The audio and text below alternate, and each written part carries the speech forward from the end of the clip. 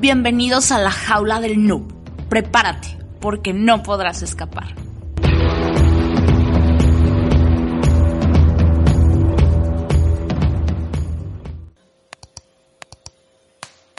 Hola, ¿qué tal? Bienvenidos a la jaula del noob, edición entrevistas.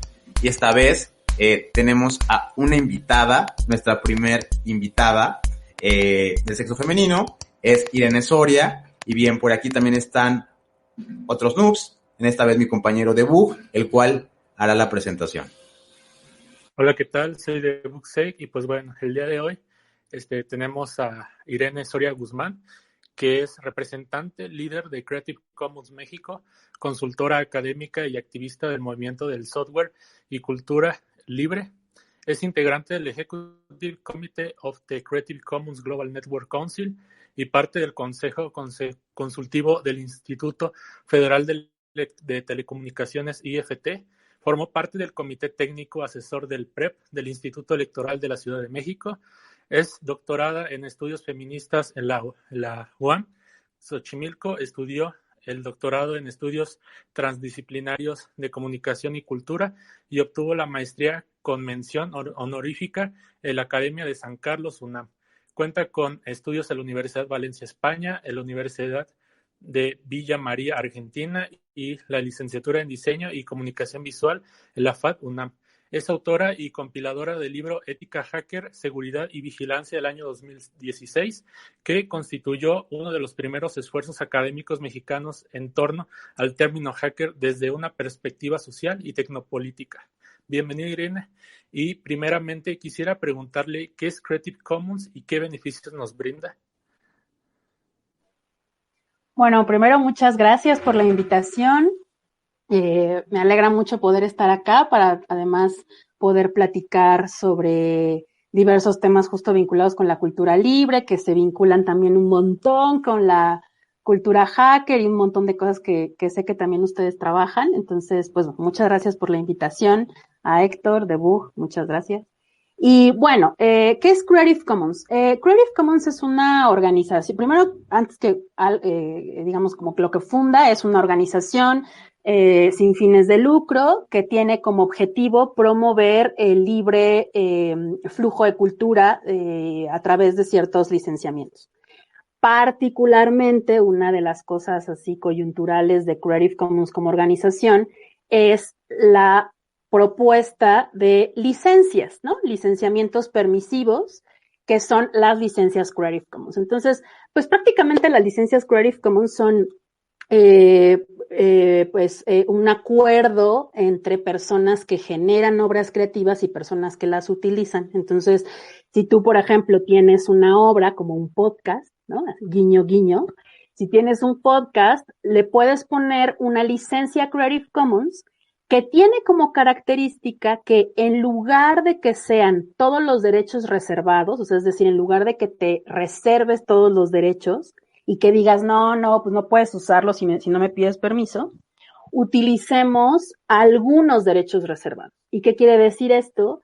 Que quien ponga una licencia Creative Commons, por ejemplo, en esto que les comento en su podcast, si ponen una licencia Creative Commons a su podcast, podrán decir, sí, puedes usar este podcast siempre y cuando nos des el crédito, ¿no? O siempre y cuando no lucres con él. Ahí ya depende de la licencia que elijan, que si quieren ahorita vamos ahondando en ello. Pero digamos que en términos generales, una de las grandes ventajas de utilizar licencias Creative Commons es que tienes la posibilidad de que tu obra llegue a más personas, sea más utilizado, porque tú les estás dando el permiso de usarlo, remixearlo y de compartirlo, ¿no? Es como un pequeño cambio de paradigma, es lo que yo digo que es como un hack, ¿no? Es un poquito un hack a esta idea de no lo hagas o no lo utilices porque esto es mío y me costó mucho trabajo, ¿no? Las licencias Creative Commons traen este beneficio porque además, esto sí, además, licencias Creative, cuando tú pones o utilizas una licencia, además tienes la posibilidad de tener un textito XML que nos permite encontrar esa obra tuya, ¿no? Lo cual también hace que sea que sirva casi como de autopromoción, ¿no? Porque entonces tú puedes encontrar fotografías, por ejemplo, o cualquier producto creativo que tenga licencias Creative Commons y ya tengo el permiso de utilizarlo. No sé si fui clara un poquito con lo que es y cuáles son los beneficios, si les fue claro. Sí, perfecto. De hecho, quiero explicar un poco más a detalle el hecho de que yo utilizo personalmente las licencias Creative Commons. Genial. Tengo unas dudas muy personalizadas que te iré expresando a lo largo de la conversación, pero tiene que ver con cuando yo hago algún webcast o cuando yo enseño algún tutorial, muchas veces, pues obviamente considero que es una obra o soy un creador de contenido. Entonces, claro, el indicar o yo ponerle este logo al inicio de mi presentación y digo, esta presentación se utiliza con la licencia Creative Commons, son libres de utilizarla, modificarla, pero no de venderla, ¿no? Entonces estoy protegiendo la posteridad de que a lo mejor yo no llego a estar en algún momento, o sea, los humanos tenemos una vida que caduca, pero pues si esas obras o si alguien quiere agarrar, copiar mis videos, meterlos en un CD y empezar a hacer negocio o empezar a hacer algo que yo no quería, pues obviamente va a tener problemas. Pero yo también quiero entender un poquito más esto. Yo llevo utilizando mucho la licencia, pero hay licencia 1, luego licencia 2, veo que a veces le ponen 3.0, muchas veces cambian los iconitos, entonces es como quizá para algunos complicado entender qué licencia debo de utilizar, o sea, hasta dónde puedo llegar, y si yo utilizo una de estas licencias, igual me puedo como proteger o blindar mi obra, o son licencias como de menos valor, si tienen poder jurídico, o sea, quisiera entender si realmente estoy haciendo bien las cosas de estar protegiéndome yo con Creative Commons y hasta dónde puedo llevar esta licencia.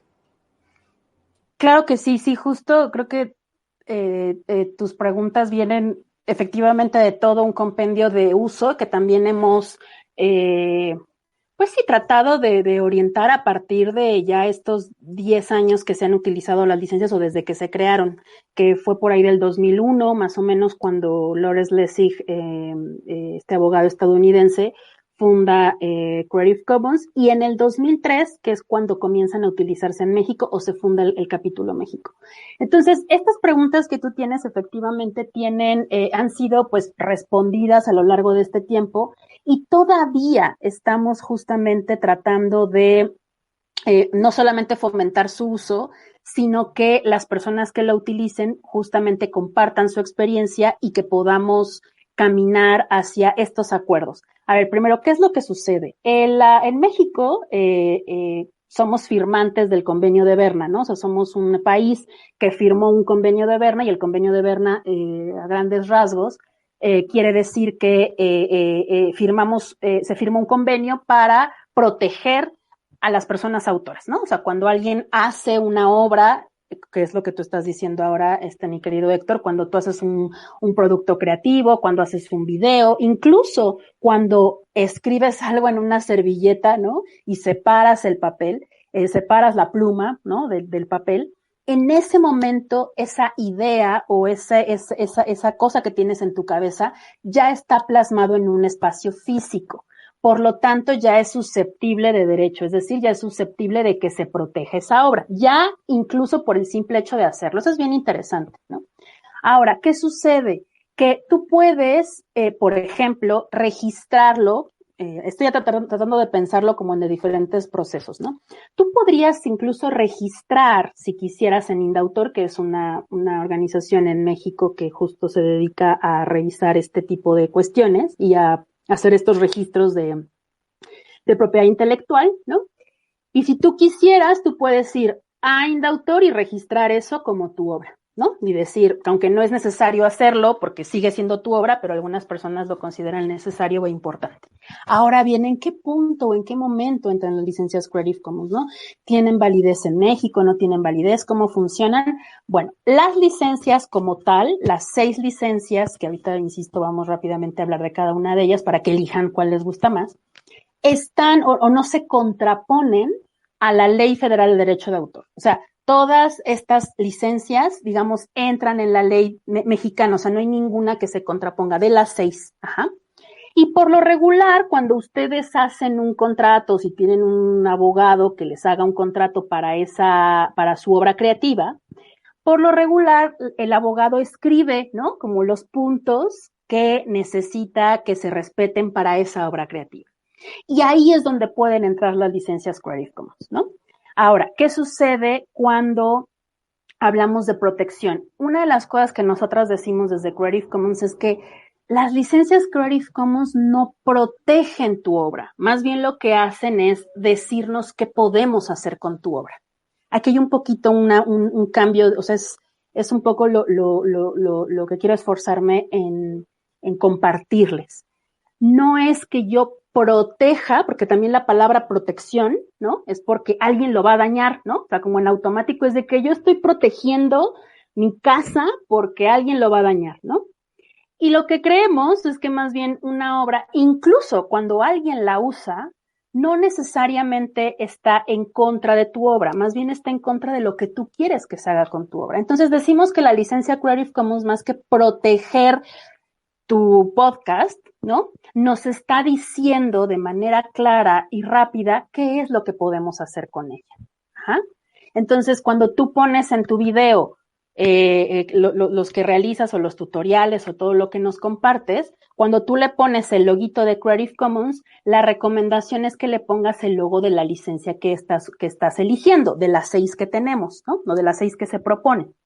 Cuando tú le pones sí, todas son poner el crédito, ¿no? Sí, dame el crédito, pero no lucres con él, nos estás diciendo que puedo utilizarla, pero yo no me puedo beneficiar económicamente de ello, ¿no? Entonces, ahí si te das cuenta, más que proteger esa obra a que otras personas lucren, les estás diciendo que a ti no te gustaría que eso hiciera. Es como los acuerdos en todos lados, ¿no? En los acuerdos de amistad, los acuerdos de pareja, ¿no? Es como acordar y decir, no sé, es que me gustaría que hicieras esto con mi obra. Entonces, de pronto empieza a haber esas confusiones y ahí es donde estamos argumentando frente a las personas abogadas, porque luego dicen, a ver, pero es que las licencias Creative Commons no son necesarias porque yo puedo escribir un contrato y ahí está. Y yo, sí, pero si en internet no vemos qué es lo que queremos hacer con tu obra, en automático estaría yo infringiendo la ley porque el automático es todos los derechos reservados. Uh-huh. Entonces, si bien en México no hemos tenido ningún litigio, ¿no? O sea, también es una realidad, o sea, no hemos conocido de un litigio para defender las licencias o que haya dicho alguien, oye, es que yo le puse no lucrar y tú lucraste, ¿no? O sea, no ha pasado eso en México aún. Tenemos experiencias de otros países o en otros espacios donde se ha podido, pues, llegar a estos acuerdos o decir, oye, es que mira, esta persona, Héctor, dijo que no quería que lucraran y tú sí lucraste. En realidad lo que ha pasado en México es que la gente cambia, se disculpa o incluso llegan a un acuerdo entre autores o personas que lo utilizan. Eso también nos ha pasado. Que de pronto alguien, contradictoriamente a lo que podemos pensar, la gente no siempre lo hace con dolo, ¿no? La gente a veces no sabe que eso estaba mal hecho, entonces lo que hacemos es ir a decirles, casi por lo regular es una mala atribución, que no te dan el crédito, ¿no? Porque como que lo ven en internet y tenemos muy poca cultura, ¿no? De dar el crédito. Por lo regular siempre es como de, ay, sí, pues ya lo estoy usando y ya. Entonces, bueno, para responder así puntualmente tus preguntas, tú puedes, no se pelean, o sea, nosotros argumentamos que las licencias Creative Commons no se pelean ni con los derechos de autor, ni con la ley federal de derechos de autor, ni con que tú registres tu obra. De hecho, pueden caminar en conjunto, no son contrarias, es un poco lo que queremos decir. No son contrarias. Lo único que decimos de las licencias Creative Commons es que es como un hack a este derecho de autor, porque tú le estás poniendo una etiqueta a tu obra que más que protegerla, nos estás diciendo qué sí hacer con ella. Aquí no sé si me expliqué. O sea, es como más que decir no hagas esto, me estás diciendo qué sí puedo hacer, porque el no ya está dado. ¿No? En la Ley Federal de Derechos de Autor, si ustedes echan un clavado, todos son nos. No se puede hacer, no. Las licencias Creative Commons apelan por el sí, por el derecho de la persona autora de compartir su obra, porque también es su derecho. ¿no? Nos han dicho siempre que el no es en automático, pero también como autora tengo el derecho de poder compartir. No sé, mi querido Héctor, si contesté tu pregunta, ¿cómo ves? ¿O cómo ven de Bug? Sí, perfecto. Perfecto. Y yo como noob que apenas está conociendo sobre Creative Commons, estoy interesado, ¿cómo podría hacer de una licencia de Creative Commons?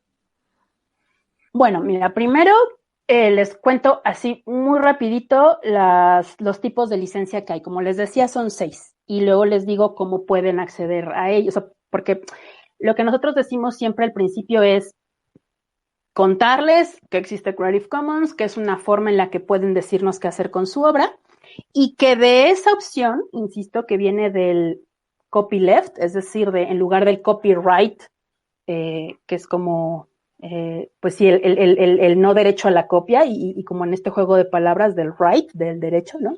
El copyleft, que busca darle una vueltecita a la C, ¿no? Es el derecho a la copia, o sea, dejarte copiar cosas, ¿no? Entonces, una vez que más o menos dices, pues mira, me late, porque sí me gustaría compartir mi obra, porque de todos modos la van a utilizar y pues que me den el crédito.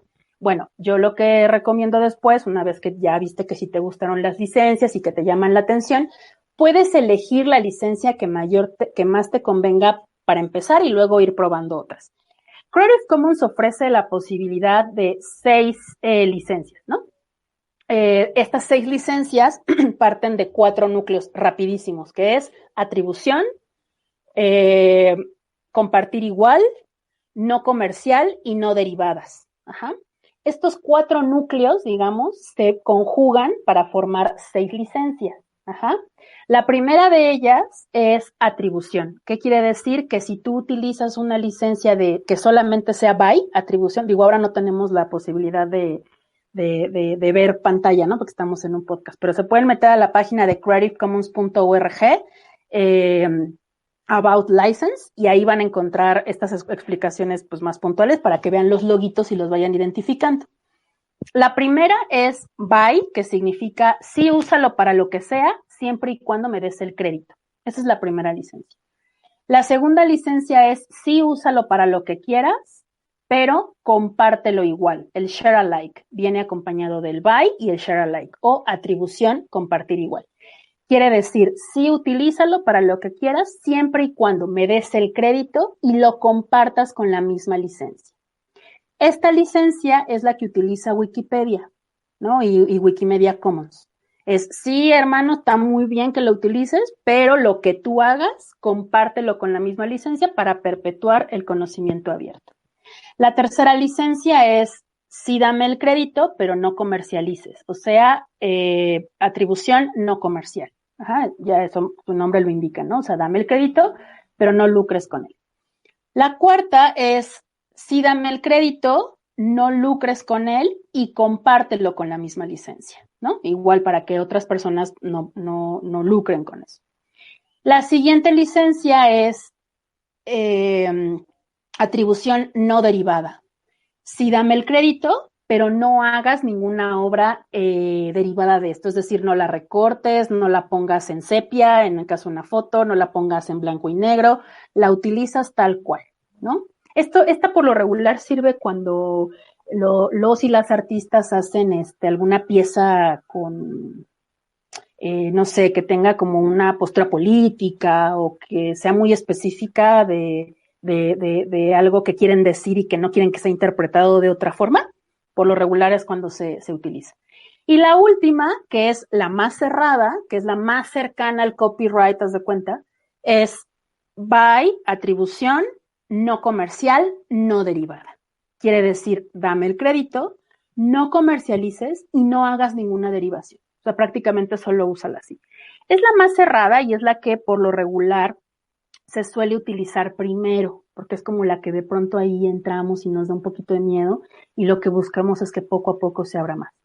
¿Cómo pueden utilizarlas? O si ya deciden, oye, sí, Irene, me gustó la no comercial, bueno, pueden dirigirse a la página creativecommons.org/choose de elección y ahí les va a dar unas 2 preguntas muy sencillitas y les va a sacar el loguito de la licencia que eligieron, de la que ya les platiqué. Obviamente pueden meterse a leer más al respecto para que vean qué detalle es, pero les va a dar un codiguito, literalmente un código que pueden pegar en su página web o en el espacio donde la quieran compartir, y les va a dar el loguito, y la recomendación es, basta con ponerlo de manera visible en la obra. Si la van a imprimir, por ejemplo, un libro, ponerla en la parte de legal del libro. Si la van a subir a internet, hay ya plataformas que son afines a The Creative Commons. Por ejemplo, si suben un video a YouTube, YouTube tiene, casi por lo regular la gente lo sube en la licencia por default de YouTube, cuando en realidad hay otras posibilidades de subirla con Creative Commons. Entonces ahí pueden ponerle Creative Commons y vienen las 6 posibilidades de licencia. Entonces, prácticamente no necesitan afiliarse, no necesitan pagar nada, lo único que necesitan es querer compartir la obra y ponerla en un espacio visible. Y si van a subir un contenido a alguna de estas plataformas, lo pueden hacer a través de este cambio de licencia, insisto. Lo tiene YouTube, lo tiene Flickr, lo tiene Vimeo, lo pueden subir a Internet Archive, archive.org, Wikimedia Commons, ¿no? Hay muchas formas en las que pueden liberar su obra y poner la licencia Creative Commons que más les convenga. A mí me queda muy claro, y algo que te quiero hacer mención en la parte de lo que sí no entiendo muy bien, como aliados, pues obviamente tienen a la cultura hacker, muchos artistas propios de cualquier área. Yo he visto gente que hace pintura, música, teatro, o sea, realmente cualquier obra tú podrías decir que quieres establecer que no se cobre o se lucre en la perpetuidad para asegurar que tu obra, quizá, si tú lo haces por hacer hacktivismo o hacer alguna obra altruista, lo que menos quisieras ver es que tu trabajo se deteriore, o sobre todo, como tú lo mencionas, es plasmar quizá un poco la visión de lo que tú ves a largo plazo con tu obra y que eso no se vaya a salir del contexto. Ahora yo te quiero preguntar, para cuestiones como el software, alguna vez yo intenté registrar uno y te dicen así como que no, es un proceso un poco extraño, porque sí tienes que ir a Indautor a registrarlo como si fuera un texto, pero yo les dije, sí. Oye, pero ¿qué pasa si este texto, digo, yo sé de scripting, lenguajes de programación, de hecho algunos en el mundo del hacking, quizá no muy superficial, pero sí underground, muchas veces hacen ingeniería inversa, cambian de un lenguaje a otro el código, entonces, pues realmente nuestra cultura es el compartirlo y hacerlo, pero en el software, ¿cómo funciona esto de las licencias? ¿También aplica o eso es tema aparte? Yo creo que en todo aplica siempre y cuando justo lo hagamos y empecemos a llevar un control de las cosas que comienzan a pasar. Mira, yo, por ejemplo, ese tema, particularmente en el licenciamiento de software, en Creative Commons tenemos, bueno, yo les digo así, ¿no? Tenemos a un par de hackers justo con quienes reflexionamos eso. Igual hacen software, no solamente hacen, bueno, claro, hacen scripting, pero es muy común, ¿no? Que hagan incluso pequeños programas para solucionar cosas de la vida cotidiana en sus trabajos, ¿no? Entonces, ellos reflexionamos mucho sobre algunas licencias que incluso son previas a las Creative Commons, ¿no? O sea, las Creative Commons son como hasta cierto punto facilitas de usar, o sea, las pones y ya está. Efectivamente, en el software la cosa se complica porque no solamente son líneas de código, sino que también, bueno, ustedes y yo sabemos que entre más personas puedan meterle mano, eventualmente ese software puede ir mejorando y al final de cuentas es pues un poco la lógica de la compartición también en el hacking, ¿no? O sea, agarro algo de un cachito, luego otro y luego genero otra cosa nueva. Entonces, en realidad, las licencias Creative Commons tienen su origen, que eso es muy interesante, en licenciamientos de software. O sea, prácticamente, ahora sí que antes de las licencias Creative Commons, estuvieron otras licencias que empezaron a jugar con eso. Un ejemplo es la licencia GPL, ¿no? La General Public License. afín al software libre, ¿no? Entonces, la GPL justamente fue tratar de hacer un hack en los 80s, si no mal recuerdo, entre mediados de los 80, para escribir una licencia cuyo punto fuerte, digamos, sea efectivamente el no cerrarlo, ¿no? O sea, el que estuviera prohibido de alguna u otra manera cerrar ese conocimiento. Entonces, yo creo que en el software es un temazo, o sea, yo creo que es un tema que no solamente es teórico, porque muchos abogados teorizan sobre eso, hay que llevarlo a la práctica. O sea, hay que llevarlo a la práctica y esta pregunta que tú estás ahora diciendo, Héctor, me parece que no se soluciona tan fácil hasta que no lo hagamos. Es decir, en la ley de derecho de autor tú puedes registrar tu software. Eso está, digamos, incluso en la ley se dice ahí que sí se puede el software. O sea, tú puedes registrarlo y decir, este software es de Héctor, ¿no? Pero cuando lo pones a disposición o lo compartes, ahí es donde hay que hacer el hack y decir, ok, sí lo tengo registrado, sí está en mi nombre, pero es mi derecho, ¿no?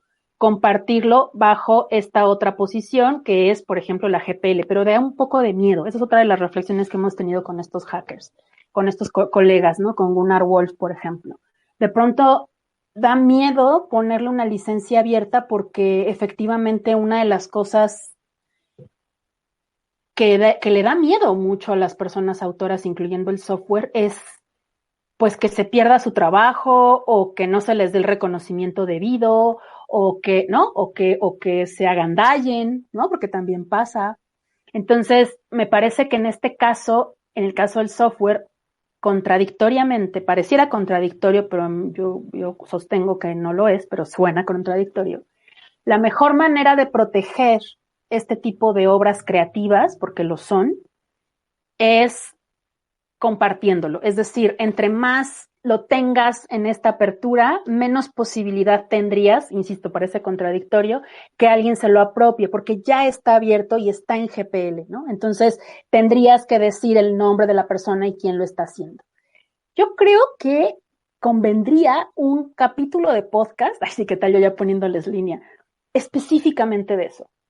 Porque me parece que no nada más es una reflexión de los abogados ni de las personas que hacen software, también tiene que ver con cuestiones incluso filosóficas, ¿no? De qué tanto este software funciona en la medida que alguien lo utiliza, si no, no sirve de nada, ¿no? Entonces, yo podría decirte, como para poner cosas en la mesa, que la licencia GPL incluso fue previo a la Creative Commons y que las Creative Commons vienen de ahí. Eso es importante.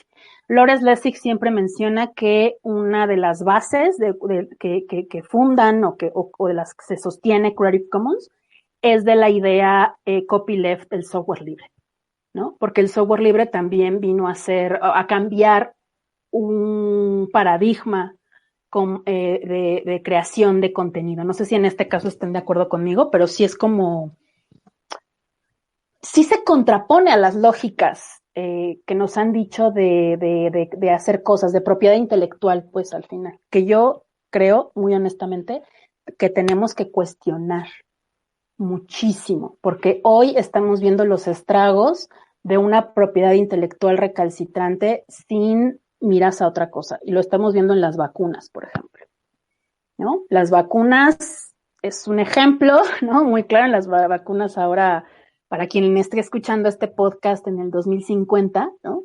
Estamos pasando por una pandemia, el coronavirus, estamos en la tercera ola en la Ciudad de México.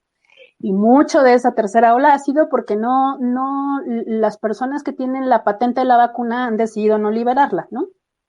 Estando en una crisis humanitaria de un nivel no visto desde hace algunos siglos, ¿no? Entonces, es más importante mantener ese secreto industrial que compartir ese conocimiento. Entonces, yo creo que es una reflexión ahí, yo digo que filosófica, humanista, no sé si ustedes concuerden conmigo, pero por eso, mi querido Héctor, creo que tu pregunta con respecto al software es algo que tenemos que ir haciendo, ¿no? Porque un abogado te va a decir una cosa, pero hay que hackear el sistema, ¿no? Y Y de pronto creemos que las personas abogadas lo saben todo, saben de la ley, pero no saben de nuestras prácticas. Entonces también hay que ir aderezando eso a sus leyes que luego no siempre están funcionando. Pero no sé, ustedes díganme qué opinan. Están muy callados. Sí, concuerdo definitivamente. Sí, igualmente concuerdo. Y quería preguntarte, ¿qué diferencia hay entre publicar una obra con licencia de Creative Commons y la licencia de copyright? Pues justamente creo que la diferencia estriba así básica o fundamental, tiene que ver con que una en automático no permite la obra o la compartición, perdón, la copia y la compartición sin pedirte permiso, y en las Creative Commons tú ya otorgaste el permiso, ¿no? Aquí es muy importante acotar algo. Según la ley, ¿no? O sea, si tú no dices que sí quieres, insisto, que sí quieres que se use con ciertas características, lo que en automático, porque así está escrita la ley, es el no por default. Entonces yo vería ahí la principal diferencia, ¿no? En una partimos del no automático, que incluso pasa, no siempre se lleva a cabo, pero pasa. Si una obra está ahí puesta, ¿no? Pues te vas a tener a lo que diga la plataforma, por ejemplo en Facebook o Instagram, que la gente sube ahí sus obras, y siempre van a ser ellos los que ganen, ¿no? Si le pones una licencia Creative Commons, por lo menos ya le estás diciendo a la banda, oye, sí, úsalo, pero dame el crédito, por ejemplo, ¿no? Entonces yo creo que ahí radicaría una de las principales diferencias. Una diferencia o una segunda diferencia que yo encuentro en la práctica es esto que les decía, que por lo menos lo puedo encontrar. O sea, si yo me meto a buscar, incluso Google ya tiene una búsqueda por licencia. Entonces, si yo me meto a buscar la licencia, por lo que les decía en este codiguito XML, pues yo puedo encontrar que esa obra está en Creative Commons. Creative Commons también tiene un buscador de fotografías que se llama search.creativecommons. Entonces, si yo busco ahí fotos de, no sé, hacking, ¿no? Pues es probable que si tú la subiste a una de estas plataformas afines como Flickr o Wikimedia Commons y lo pusiste con estas etiquetas o hashtag y lo pusiste con una licencia Creative Commons, pues que tu obra sea encontrada, ¿no? Por eso decimos que es hasta como autopromocional, que eso sería otra de las características que yo vería favorables y de diferencia entre una y otra. Bien, y hablando de amigos o aliados y enemigos, ¿a qué vengo con esto? Lo que viene siendo la DMCA o la Ley sobre Derechos de Autor en el Milenio Digital, este tipo de cuestiones empezaron a dar mucho. Yo recuerdo algunas de las batallas magistrales que empezaron a haber en empresas que empezaban o daban sus cosas en MTV y que luego resultaba que veían cosas muy pirateadas en otros lados. Metallica fue una de esas bandas que dijo, ay no, me están pirateando, me están copiando, y pues fue precisamente como enemigo y autor. La pregunta no va tanto así, va un poco relacionada a, en México o en el mundo, ya como lo sabemos, algunos artistas pues obviamente van a ser sus aliados de manera automática. También la cultura digital, la cultura abierta, el open source, los hackers, somos parte de sus aliados, pero han tenido problemas de desprestigio, no sé, que alguna marca o alguna empresa digan, vamos a decir que estos de Creative Commons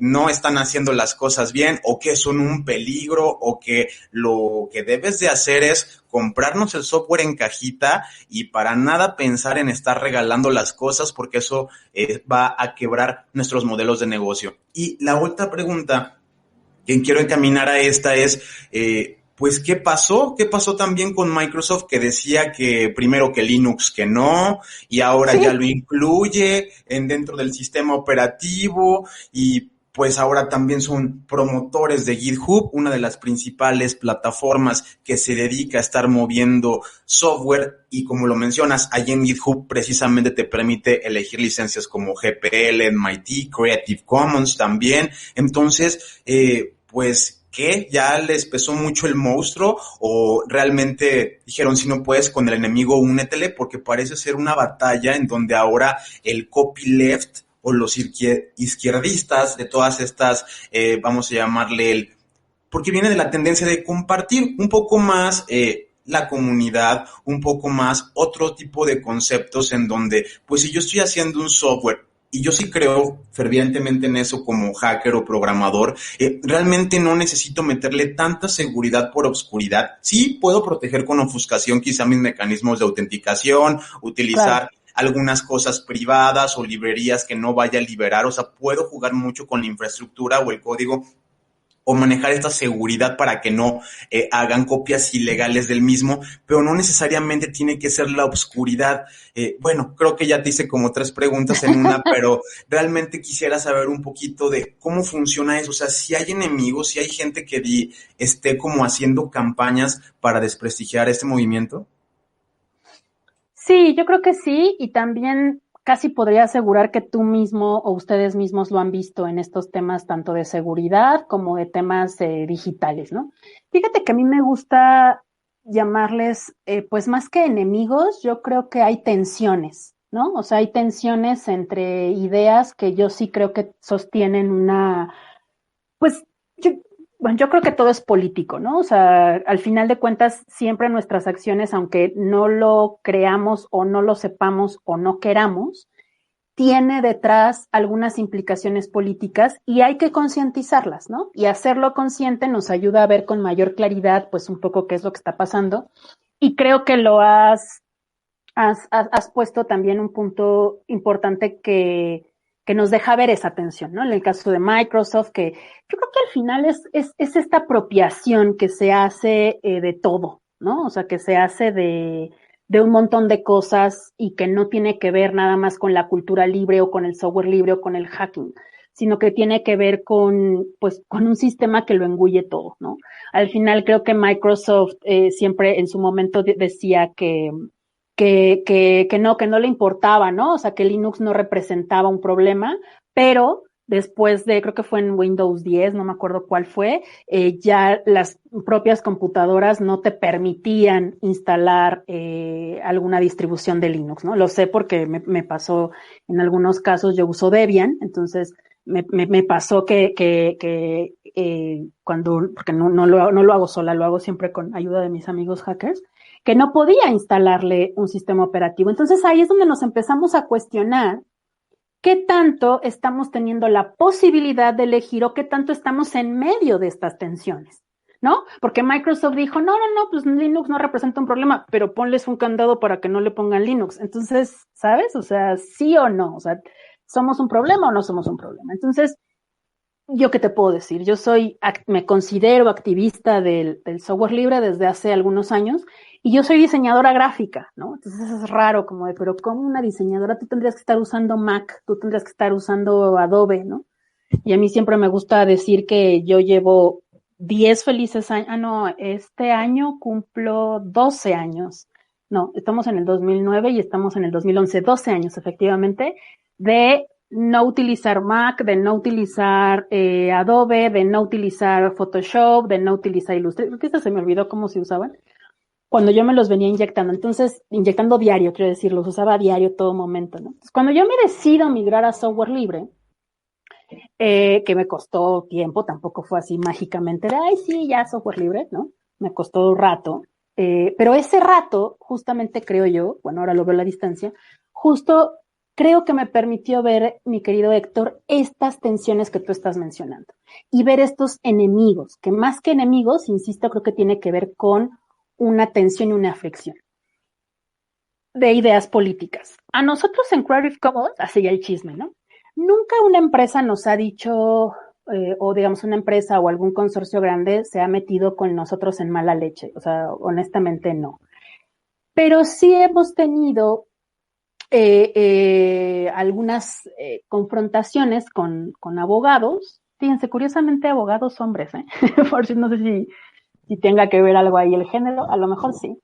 Pero estos abogados también de la vieja escuela, que pues literalmente confunden lo que está en la ley con lo que es justo, ¿no? Entonces, hay una idea ahí muy extraña, medio errónea, creo yo, que creemos que lo que está puesto en la ley es en automático algo que ya es justo, y no siempre es así.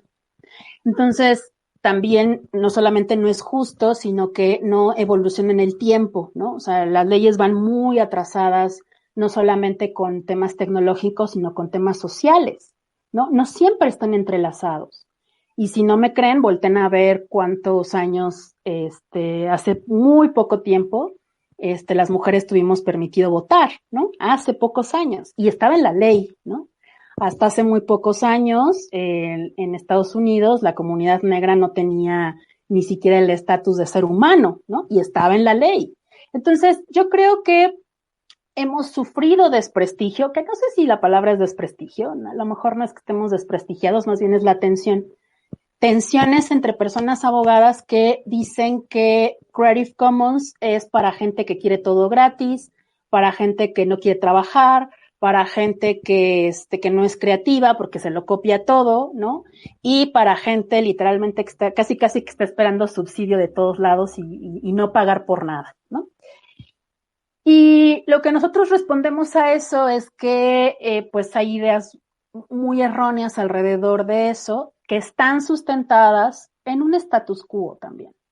Están sustentadas en una idea de que solo se hace a partir de un beneficio económico. Yo no estoy diciendo que no cobremos ni nada, nosotros estamos diciendo, a ver, nosotros tenemos en Creative Commons músicos, fotógrafos, que no se están muriendo de hambre, que viven de su obra, que cobran de su obra y que además liberan su obra. ¿Cómo? Pero ¿cómo eso es posible, no? La gente no se imagina que hay otras formas de crear posibles. Y estoy segura que a ustedes les ha pasado también, ¿no? A veces ponemos en jaque a los abogados, ¿no? Estamos en una conferencias o qué sé yo, donde nos confrontamos. Ya me he peleado con algunos abogados. No he peleado, no me peleo, pero la confrontación. Y entonces dicen, es que eso de que las cosas sean gratis y nadie da su trabajo por gratis y nada, ¿no? Y entonces yo le digo, oiga, abogado, ¿usted cobró por esta conferencia? ¿Cuánto cobró para dar esta conferencia? No, pues no cobré nada. Ah, no cobró nada para esta conferencia. Entonces usted está dando gratis esta hora de conferencia, ¿no? Entonces ¿por qué está dando esta hora de conferencia gratis si para usted no hay nada gratis en el mundo y gente horrible porque está obteniendo otro tipo de beneficio que no es capaz de ver, ¿no? No es capaz de ver porque lo están invitando como experto, no sé, porque va a obtener otros beneficios y porque, perdóneme, abogado, usted no se está muriendo de hambre, ¿no? Por esta conferencia. Entonces, creo que son muchas tensiones que hay alrededor y que siempre termino como en el meme, ¿no? Así poniendo la etiqueta de todo es culpa del capitalismo.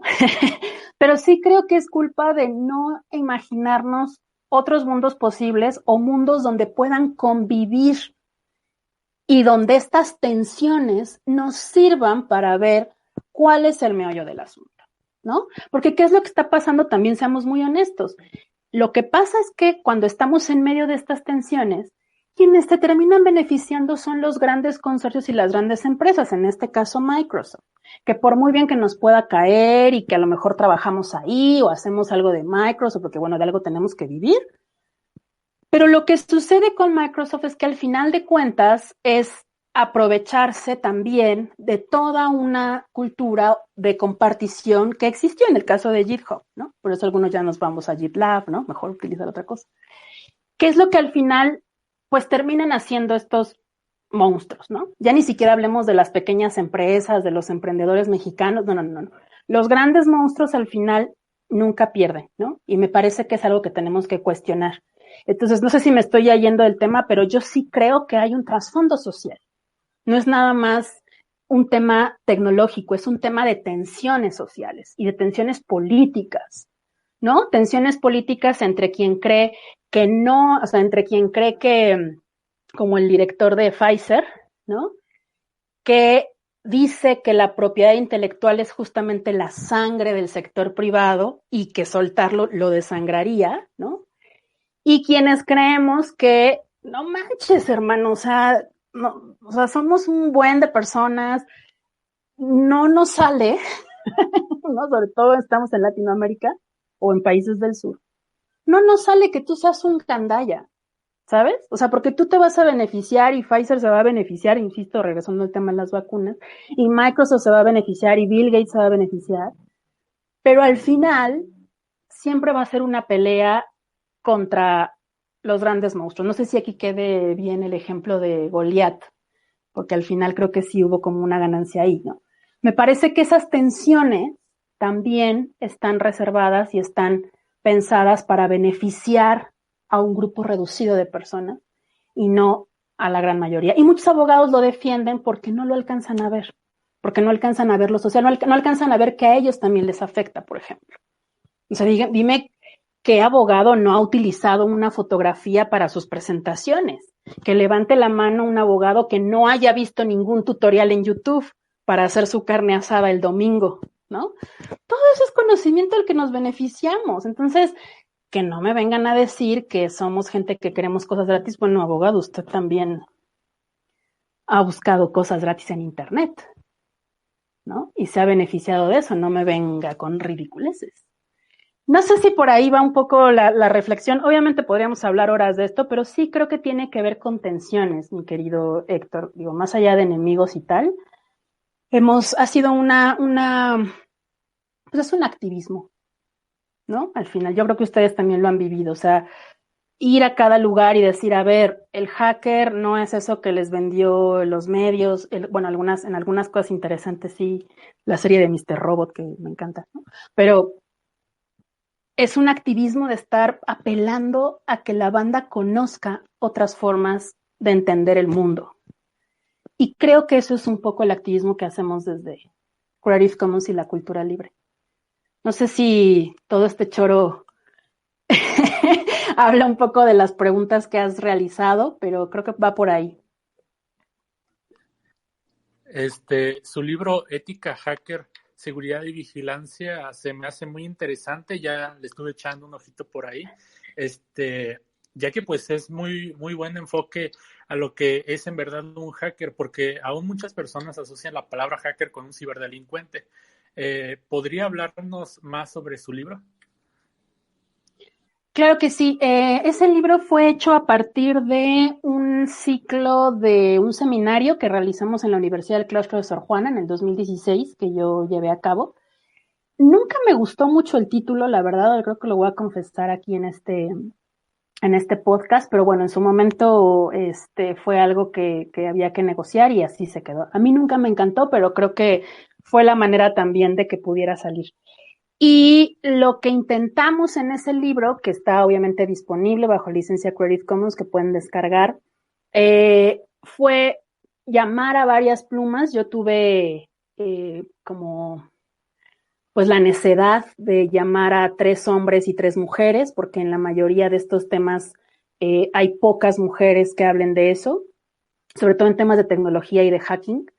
Entonces, pues llamé a 3 personas que yo consideré dentro de este punto y que pudieran hablar también desde el punto de vista académico. Entonces está Gunnar Wolf, Alejandra Miranda, que es un investigador también de la UNAM, y José Serralde, que ha hecho cosas de hacking para medios para medios audiovisuales, ¿no? Para teatro, que es un poco también llevar más allá el término hacker, que no es nada más alguien que se dedica a la seguridad o que hace servidores, sino que también es alguien que busca mejorar algo para llevar a cabo implementaciones en espacios donde no se creían. Entonces, el uso de Arduinos, el uso de Raspberry Pi en el teatro, por ejemplo, ¿no?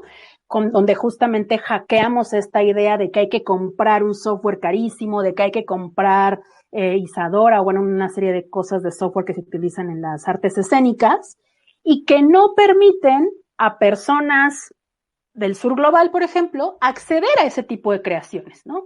Pues yo no puedo crear o hacer una cosa con luces, perdón que se me van los términos, pero no puedo hacer este diseño de luces en un escenario porque no puedo comprar ese pinche software carísimo, ¿no? Ya dije una grosería. Perdón, es que me enojo. Entonces, bueno, para no ampliar demasiado, el libro tiene como objetivo ampliar y llevar el término hacker a esta justa medida, ¿no? Gunnar Wolf, por ejemplo, que es el primer texto del libro, que es creo que su texto es justo sobre cifrado e identidad, no todo es anonimato. Gunnar Wolf es un programador del proyecto Debian, hasta donde sé es el único mexicano que está en Debian, y ha sido uno de los promotores del término hacker, justo no desde el punto de vista negativo, como muchos medios lo han hecho, sino desde este punto de vista pues social y hasta político, ¿no? Entonces, él hace un recorrido, que eso me pareció maravilloso, un recorrido del término hacker, desde incluso antes de ser asociado a la tecnología. Entonces, se los recomiendo mucho. Y otros textos que hay, justo es ese de producción, cómo utilizar cosas en producción, también cómo se ha utilizado el hacking en la producción audiovisual. Se puede hacer videos sin Premiere y sin After Effects, sí se puede. Otra chica hablaba justo sobre los hack labs, sobre cómo se hace el tema de los hack labs. En mi caso fue es un texto mío que ya no me encanta, pero fue como el inicio de mi investigación para hablar de cómo se vincula el hacker con el feminismo, si es que eso existe. Y otra chica también que habla de hack feminismo y otro texto que habla sobre la falsa idea de privacidad en las redes sociales. Entonces, pues bueno, a grandes rasgos, creo que me explayé mucho en lo del libro, pero pues se los recomiendo, que les digo, es mi libro. Bájenlo, distribúyanlo, véndanlo si quieren, no está permitido hacer cosas con él y que se comparta. Y son 6 textos. No, súper bien. La verdad es que eso de compartir una obra es algo muy bueno. Yo quiero hacer unos contrastes porque dijiste algunas cosas muy interesantes y no te preocupes, estás en la jaula del noob, aquí se puede decir de todo. Y dije realmente... groserías. Sí, no te preocupes, es normal. De hecho, yo voy a decir otra porque mencionaste algo muy importante. Me recordó una meme que decía... Mira mis amigos linuxeros, son pobres, ¿no? Y sale Bart Simpson y como que asocian que Linux era como que de pobres. Otra cosa muy grave es que, pues, tú todo quieres Creative Commons o tú todo quieres copyleft, eres huevón, eres comunista, pues para nada. Quiero hacerles entender que ahora realmente el software que se utiliza hoy en día, como tú lo mencionaste, hay versiones de software libre para casi cualquier alternativa de software privativo. Tenemos OpenOffice que ha logrado incluso meterse al gobierno, a la industria, Mozilla, ahora todo el mundo utiliza Firefox, incluso desinstalan su Internet Explorer. He conocido muchos usuarios novatos que no saben mucho de informática, pero saben que por ahí se meten los virus, entonces lo primero que hacen es desinstalar el Internet Explorer y adquirir ya sea Chrome o Firefox y otro tipo de cosas. O sea, hay muchas alternativas de software libre y para nada tiene que ver con este aspecto de ser huevón o ser comunista. O sea, es simplemente el hecho de compartir el código que creemos que si...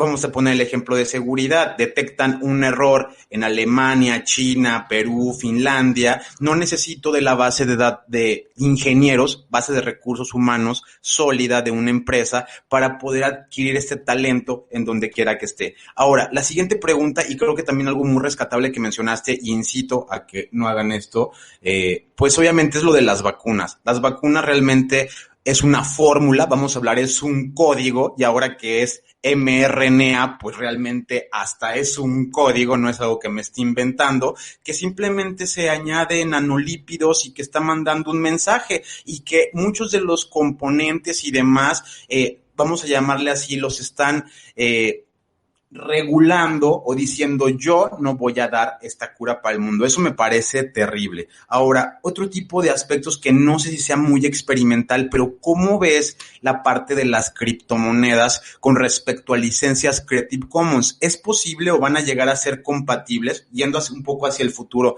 El decir, no sé, voy a tratar de hacer un nuevo token que no sea Bitcoin, hago mi propia red de blockchain, pero yo no quiero que esta forma de hacer dinero o esta metodología o sistema que esté creando, luego lo vayan a agarrar los bancos y lo vayan a cerrar. Yo puedo hacer una cripto Creative Commons, hasta dónde llegan las extensiones de las licencias y hasta dónde están ciertamente limitadas.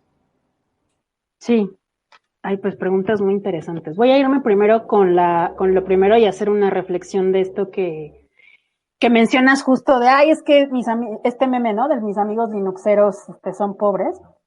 Fíjate que yo, una de las cosas que también pongo como una argumentación frente a eso, por muy cursi que suene, porque yo en su momento lo veía como muy así, pero ahora cada vez que me acerco a las cuestiones sociales y a leer sobre terminología social, tiene que ver con no estar viendo más allá de lo evidente, ¿no? O sea, el hecho de creer que el tener un sistema operativo libre en automático te pone en ese lugar es porque nunca has usado un sistema operativo libre. Es decir, no solamente tiene que ver, que es la pregunta que me hacía alguna vez alguien para molestarme, ¿no? O sea, ¿por qué usas Linux? Y mi respuesta es porque puedo, ¿no? Porque yo sí puedo usar Linux. Porque también tiene que ver con saber cómo funcionan las cosas, mi querido Héctor y mi querido Debug y queridos radioescuchas. Tiene que ver también en cómo funcionan las cosas y literalmente en esta metáfora muy a la Matrix, ¿no? De quitarte la venda de los ojos y tomarte la píldora azul, bueno, ya no me acuerdo si era la azul o la roja, ¿no? Es una metáfora de saber cómo funciona el código que estás haciendo, saber o por lo menos confiar en que ese código que estás utilizando no te está espiando, no está robando tus nudes, no está viendo qué es lo que estás haciendo alrededor de ello, ¿no? Es literalmente saber la receta de cocina de algo. Y eso es muy potente socialmente hablando, porque a nadie le gusta saber cómo funciona algo, porque por ahí dicen esa broma, ¿no? De no quiero saber cómo están hechas las salchichas, porque si no ya no me las comería, ¿no? Creo que ahí hay un trasfondo también. O sea, creo que tiene que ver con cambiarnos de lugar y dejar de ser personas usuarias, dejar de ser consumidores cautivos, dejar de ser, insisto, por muy cursi que me esté escuchando en este momento, o chaira si quieren, dejar de ser el alimento, ¿no? De estos robots, ¿no? Y de estos sistemas. ¿Por qué lo estamos haciendo? Estamos alimentando a la inteligencia artificial que nos va a controlar en unos años. Pero bueno, no vamos a hablar ahora de eso, porque creo que podemos conectarlo muy, muy, muy, directo y sin escalas con el tema de los blockchain. Yo honestamente voy a decir que no soy experta, ¿no? O sea, entiendo más o menos el funcionamiento y justamente entender estos, por ejemplo, ahora lo que está sucediendo con los NFT, los Not Fungible Token, ¿no? Como los tokens no fungibles que se están utilizando mucho para obras de arte, que es efectivamente, que es una locura. A mí eso me parece una cosa muy rara porque para mí es otra vez la fetichización de fetiche, ¿no? Es hacer otra vez el fetiche del objeto único e irrepetible, ¿no? Entonces, esto de tener algo no fungible, es decir, algo que no se gaste en sí mismo como el dinero, sino que de alguna u otra manera se perpetúe y que de alguna u otra manera yo tenga un certificado de autentificación de que esa obra es mía, al final de cuentas es generar otro token o hacer otro, como decías tú anteriormente, otra serie de bloques, digamos, y decir esto es único y es mío, ¿no? Cuando tú lo piensas o lo pasas en una cuestión de dinero y de crear algún blockchain con licencias Creative Commons y cuáles pueden ser esos límites, yo creo que esos límites eventualmente lo tenemos que definir las personas y las comunidades. Y eso nos va a llevar un largo rato, creo que ahí es donde está uno, bueno, yo lo creo, ¿no? O sostengo, que ahí es donde está uno de los dilemas éticos y sociales que nos tendremos que enfrentar en algún momento. Estamos muy acostumbrados a la tercerización, estamos muy acostumbrados a que venga el banco a organizar, a que venga alguien a decirnos qué hacer, a que venga alguien a apropiarse de algo y decir, mira, no te preocupes, aquí está, ¿querías un blockchain? ¿Quieres dinero? ¿Quieres criptomonedas? Yo te doy la mía, ¿no? Cuando todos sabemos que las criptomonedas y que toda esta idea de dinero virtual tiene un origen autónomo, ¿no? O sea, tiene un origen, digamos, bueno, yo digo que tiene un origen también en el hacking, y es una forma de hackear el dinero, ¿no? Fue una forma, una intención de romper, me parecía muy interesante, romper este esquema o llegar, vamos, llegar a otro punto del capital, ¿no? A lo mejor trascenderlo, mezclarlo, qué sé yo, ¿no? Pero siempre viene un tercero a decir, no se preocupen, yo lo agarro, yo lo acomodo y ahora ustedes úsenlo, pero sigue siendo criptomonedas. Yo creo que hay que salirnos de esta idea, primero, de la tercerización. Creo que tendremos que regresar a una cuestión autogestiva y que eso no le va a funcionar ni a todas las comunidades ni a todos los países. Creo que esta idea de que todos vayamos hacia el mismo lugar es una idea que podríamos estar empezando a cuestionarnos ya.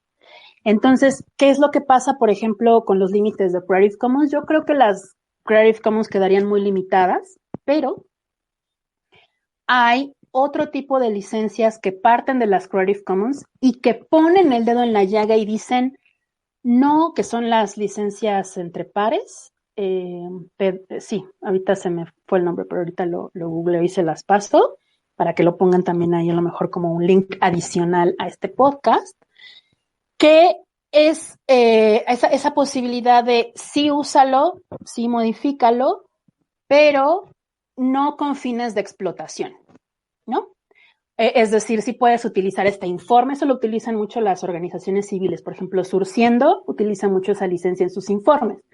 Sí puedes usar este informe, pero si no hay una explotación de personas de por medio, es decir, si estás autoorganizado, si no, ellos ponen sus reglas. Sería muy interesante explorar cómo hacemos una criptomoneda que impida que venga un tercero gandalla a agandallarse cosas, ¿no? Y que beneficie a esa comunidad. Por eso creo que esta idea, que es un poco la idea de la globalización, ¿no? De todos juntos, todos unidos, todos al mismo lado, es justamente borrar las diferencias y las identidades. ¿Qué tal si en México no queremos eso porque no funciona y porque nosotros nuestra economía funciona a base de tandas? ¿Qué sé yo? Estoy diciendo cosas al aire, estoy imaginándome, ¿no? ¿Cómo funciona el dinero en las comunidades indígenas? ¿Cómo funciona la idea de recursos en ciertas comunidades o en ciertos grupos de Tepito, por ejemplo, ¿no? O sea, creemos que el dinero solamente tiene una función y tiene una forma, ¿no? La economía en este país también es movido por mujeres, ¿no? Las famosas nenis, ¿no? Ya no voy a entrar más en temas de que me apasiona muchísimo cómo las mujeres influyen en las sociedades, ¿no? Pero, ¿quiénes son las que han movido durante mucho tiempo la economía familiar? Estos chistes que hacemos, ¿no? De la mujer que estira el gasto, ¿no? Son las mujeres las que hacen las tandas. ¿Cómo funciona el dinero ahí? A lo mejor no tiene que funcionar igual. Entonces, yo me imagino, más allá de la licencia Creative Commons o no, me imagino unas criptomonedas específicas para cada comunidad, ¿no? Seguramente sería un desmadre, ¿no? Pero es que a veces yo creo que ya estamos ahorita en un punto en el que estamos en una crisis humanitaria, pues por lo menos hay que comenzarnos a imaginar otras formas de coexistir en el mundo, ¿no? Pero bueno, ese tipo de cosas se me vienen a la cabeza cuando pienso en esta posibilidad, porque yo creo, a razón de que ustedes que quizá ubiquen más el tema, yo creo que las criptomonedas tienen un origen contracultural. O sea, sí tienen un origen, estoy buscando otra palabra. Sí, realmente, como lo mencionas, pues parten del criptoanarquismo, o sea, algo que también precisamente por eso no somos comunistas, creo que mucha gente lo llega a mencionar, pero no, o sea, estamos buscando métodos subversivos para ya no estar utilizando el dinero convencional. Mucha gente me llega a decir, ¿qué se puede comprar con estas monedas? Pues cualquier cosa, ¿no? Entonces, pues seguimos con las preguntas. Otra que te quiero mencionar antes de pasar con mi compañero de Bug, que tiene otras por ahí, es el aspecto de las patentes. ¿Por qué México, ya fuera un poquito del aspecto de liberen su contenido, lo cual honestamente los invito a hacer, o sea, a utilizar las licencias Creative Commons en su contenido si son artistas para que potencien esta cultura? Pero ¿qué opinas como tal de la baja generación de patentes? O sea, ¿qué pasa? En México piensan que van a llegar los chinos y nos van a piratear, o entre nosotros mismos nos estamos pirateando. ¿Por qué este concepto de pues no generar innovación, no generar patentes. Estuve viendo cerca de las países con un poco de más patentes en el mundo y está Japón, Estados Unidos, Corea del Sur, Alemania, o sea, para nada figuramos entre las primeras potencias. Y no creo que esto suceda. ¿Qué está pasando? Quizá tú puedas conocer un poco más de esto que nosotros. ¿Por qué no existe esta motivación? Fíjate que en el caso de Latinoamérica, por ejemplo, hablando de países latinoamericanos, países de habla hispana, México es el segundo en patentes. El primero es Chile y el segundo es México. Obviamente, si lo vemos a nivel mundial, México no figura, pero en el área de Latinoamérica sí figura un poco más. Yo creo que, bueno, desde mi punto de vista tiene que ver de muchas cosas. Primero es una cosa, es una problemática global, universal, que incluso va en el tiempo. O sea, no es nada más de ahorita de, ay, sí, los mexicanos no tienen patentes. No, tiene que ver con una historia. O sea, por eso es un tema que de pronto no alcanzamos a ver porque solo vemos este momento. Pero si nos volteamos a ver la historia de los países latinoamericanos, en general también ha sido una historia de saqueo. Entonces, ¿por qué Japón? La gran pregunta, ¿por qué estas son potencias mundiales? Pues porque también gracias al enriquecimiento que hoy tienen, ha sido por una sustracción de recursos que continúa hasta nuestros días. Entonces, no es nada más una cosa de culpa del mexicano, o que en México no haya talento, o que en México no existan las condiciones. Es cierto también, ¿no? En México hay mucha fuga de cerebros, no hay un financiamiento a la tecnología, no hay una educación tecnológica, ¿no? O sea, creemos que las clases de computación son aprender a usar Word o aprender a usar Excel, cuando los niños tendrían que estar aprendiendo a programar. Ya lo hacen, pero no hay una cultura tampoco de la innovación, creo, en general. Pero no solo eso, no es nada más culpa de los mexicanos, es un engranaje complejo. Ahora, una cosa que quisiera acotar. Cuando hablamos de patentes, ahí estamos pensando también ya, sí en propiedad intelectual, pero ya estamos hablando de propiedad industrial, ¿no? Que es ahí donde podemos empezar a hacer la división. Porque por un lado estamos pensando en ideas, que en teoría las ideas no se patentan, ¿no? En teoría, pero se pueden registrar. Pero otra es la propiedad industrial, que es, no sé, yo estoy haciendo la patente de esta taza que tiene un mecanismo para enfriar el café, ¿no? Entonces, estas patentes que también tienen que ver con lo industrial, pues ya tienen otras características o tienen estos funcionamientos más hacia ahí hay muchas cosas que se entrecruzan lo material, ¿no? O sea, los planos, los materiales, cuestiones físicas, digamos, ¿no?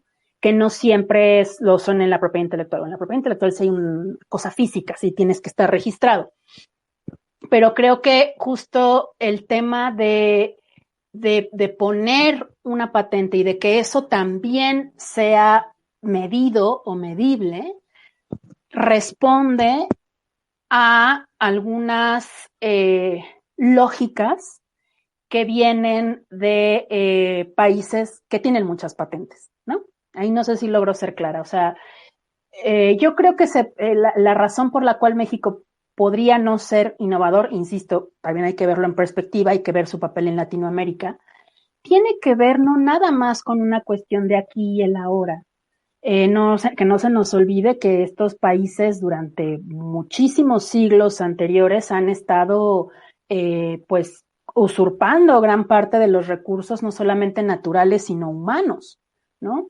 Estados Unidos es el ejemplo, Inglaterra, Francia, ¿no?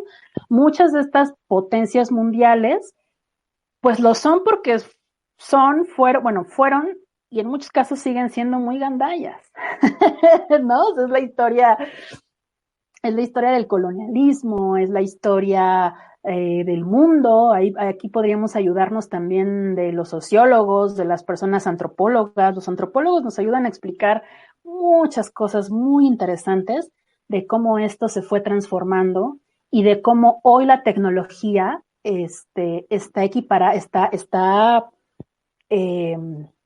¿cómo se puede decir? Que la tecnología está encapsulada en un grupo de personas, Yo ahí incluso te podría hablar del género, ¿no? O sea, ¿por qué hay menos mujeres ingenieras?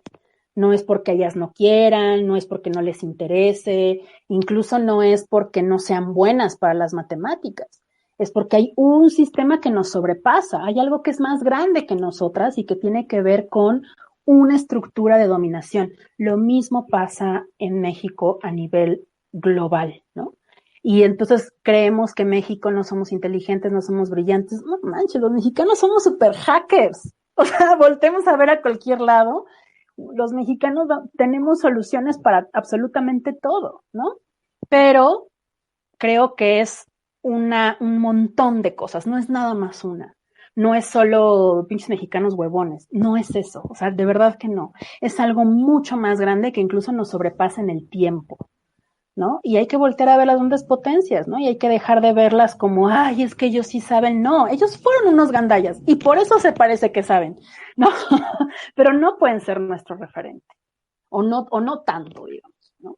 Hay que provincializar Europa, decía un escritor, ¿no? Europa es indispensable, pero, como decía su frase, espérame, porque siempre me gusta mucho y siempre se me olvida. Si es indispensable, pero insuficiente, no. Innecesaria, no. Ahorita me acuerdo. Perdón, ahorita me llega, se me cae el 20 de la palabra que utilizo. Pero sí, tiene que ver con que tampoco puede ser un referente porque no estamos partiendo del mismo lugar, o sea, no estamos partiendo de la misma base, ¿no? O sea, no estamos en igualdad de condiciones. El piso no está parejo, ¿no? Para usar metáforas, ¿no? Perfecto. Y mi última pregunta sería, ¿cómo se podría colaborar con Creative Commons o participar en Creative Commons? Es una gran pregunta porque también nosotros estamos en ese camino de apertura. Bueno, hay muchas formas de participar. Lo primero es promoviendo las licencias, o sea, pueden literalmente, esto ya es una forma de aportar y de apoyar, desde promoverlo, para colaborar con Creative Commons, para, bueno, no solamente ser parte, sino para también caminar hacia este proyecto conjunto. Bueno, hay varias maneras de colaborar y ser parte, y también una de ellas tiene que ver con que nosotros comencemos a caminar hacia allá y ponernos de acuerdo dentro del capítulo de Creative Commons, porque queremos justo invitar a más personas voluntarias y estamos como en ese proceso de cómo hacer el engranaje, ¿no? Para que puedan colaborar. Pero bueno, lo primero, creo que una manera de colaborar para Creative Commons o ser parte de Creative Commons es promoviendo las licencias, ¿no?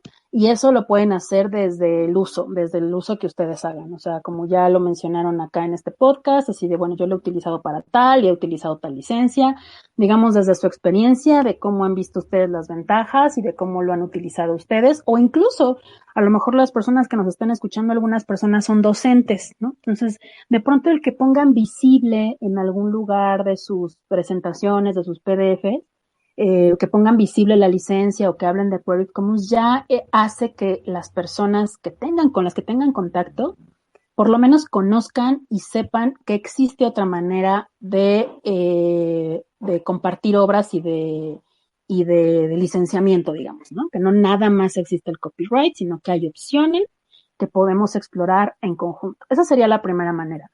La segunda manera sería, pues bueno, estamos completamente abiertos y abiertas a que nos sigan invitando, ¿no? Aprovecho también este podcast para el comercial.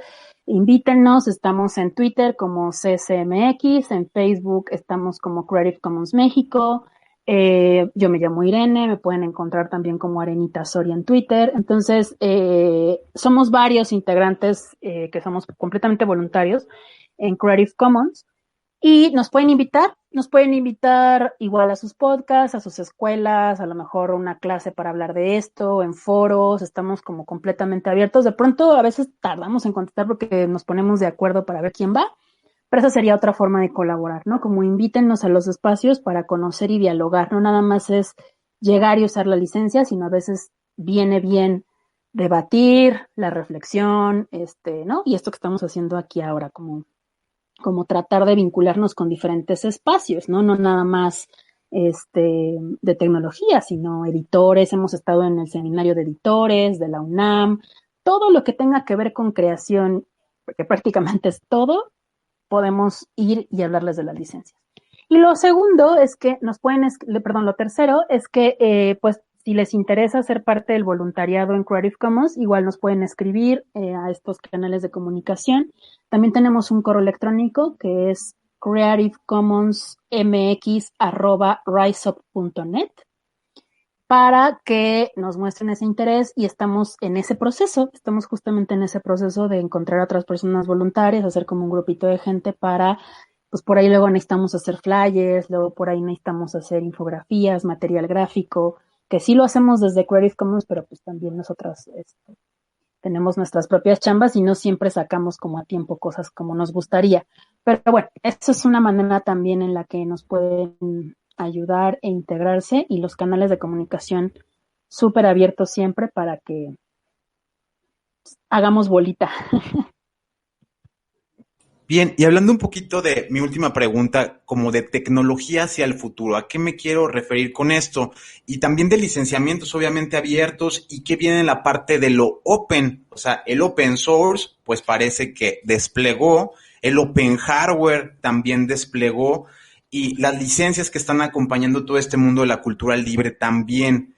Pero yo quiero hacer quizá como este asunto de contraparte. O sea, estamos viendo que en algunos lugares, voy a poner un ejemplo, que imprimen 3D, pues a veces lo están utilizando para otro tipo de cosas que no debe de ser. Puedes incluso hacer tu propia Open Weapon, ahora vamos a llamarla así, en donde tú armas o imprimes a manera de 3D piezas para hacer quizá una arma. Voy a hablar un poquito quizá como de lugares como China, en donde están implementando cosas como el Great Firewall, que es un firewall de alta generación que se implementa en todo el país. ¿Qué va a pasar en la parte del futuro con respecto a lo open? ¿Veremos más esta apertura o, como lo mencionas, en la parte de lo malo o lo rezagado, que estamos viendo que hay tendencias como las vacunas, las tendencias en lugares como Afganistán, que están regresando hacia el pasado y siguen todavía con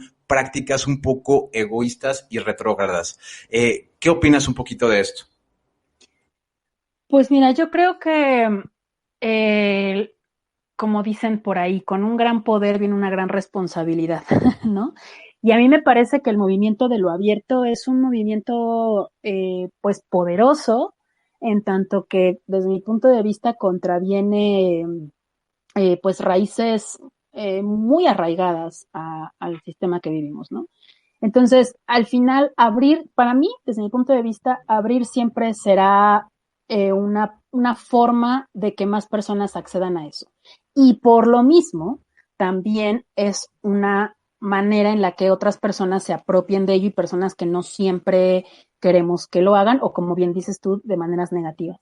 Pero yo creo que esto, más allá de la simpleza de lo bien y el malo, lo bueno y lo malo, porque además, ¿quién va a elegir, no? ¿Qué se puede hacer o qué no? Efectivamente, las Open Weapon, o pensando en una arma abierta, ¿no? Se supone que alguien sube, ¿no? Una forma para generar lo mismo un arma o lo mismo una cámara de video, por ejemplo, que también existen, como estos Open Hardware. Pero más allá de decir si eso está bien o mal, ¿qué pasa si de pronto que es como pensarlo desde el otro lugar, qué tal si esas armas, estoy diciendo cosas de verdad al aire un poco para causar comezón y que desde ahí podamos reflexionar desde otro lugar? A lo mejor no hay respuesta, pero lugar para ponernos en otro espacio. ¿Qué tal si esas Open Weapon o esas armas abiertas caen en manos de mujeres de Afganistán, ¿no? O sea, que las mujeres se autoorganicen y entonces este Open Hardware lo voy a utilizar para poder defenderme por ciertas características. Ahí cambia el discurso, cambia el lugar y entonces a lo mejor pues el talibán va a decir, no, esto está muy mal las armas, ¿no? Pero las mujeres diríamos, no manches, por supuesto que sí, ¿no? Entonces, ¿por qué lo digo así? porque me parece que la reflexión que nos toca hacer en el futuro, que creo que esa es gran parte fundamental, es que tenemos que ir más allá de lo bueno y lo malo, lo bien y o sea, del bien y el mal, ¿no? Es una idea dicotómica, es una idea binaria, es una idea que solo pasa en algunas películas y que nos ha limitado nuestra complejización, o sea, tenemos que complejizar las problemáticas. Y por eso digo que viene con una gran responsabilidad, porque creo que nos va a tocar a todas y todos autorregular eso, o sea, sí pensar que la comunidad también tiene la posibilidad de regular y pensar en otras formas de justicia y pensar en otras formas que no sea solo el no hagas eso, ¿no? Sino que sea una comunidad, porque hay muchas formas de regularlo y decir, a ver, no te pases de lanza, ¿no? No hagas esto. Tiene que ver con poder, mis queridos amigos. O sea, creo que tiene que ver no con el open, o sea, no es con el cuándo sí cerrar y cuándo no cerrar. Tiene que ver con quién está teniendo ese poder. Tiene que ver con estructuras de poder. Tiene que ver con algo mucho más grande que solo abrir o cerrar algo. Porque yo creo que la apertura siempre va a ser buena. El problema es quién tiene el poder para utilizar esa apertura y qué hace con ese poder y con esa apertura. Entonces, si te das cuenta, pues no hay como una respuesta, más bien es como cambiarnos de lugar y vernos desde otra óptica, ¿no? Y pues muchísimas, ha sido un verdadero placer tenerte aquí, Irene. Muchísimas gracias por tu visita. Esperamos que les haya gustado esta entrevista bastante interesante y les mando saludos a Sion, que es miembro de la comunidad de hackers mexicanos en Discord, y a mis compañeros del grupo LIT. Bien, de igual manera no me queda más que agradecerte, Irene. La verdad, hay muchos temas en la mesa por seguir platicando. Esperamos tenerte en una nueva ocasión aquí con nosotros, que nos aceptes la invitación a la jaula del noob.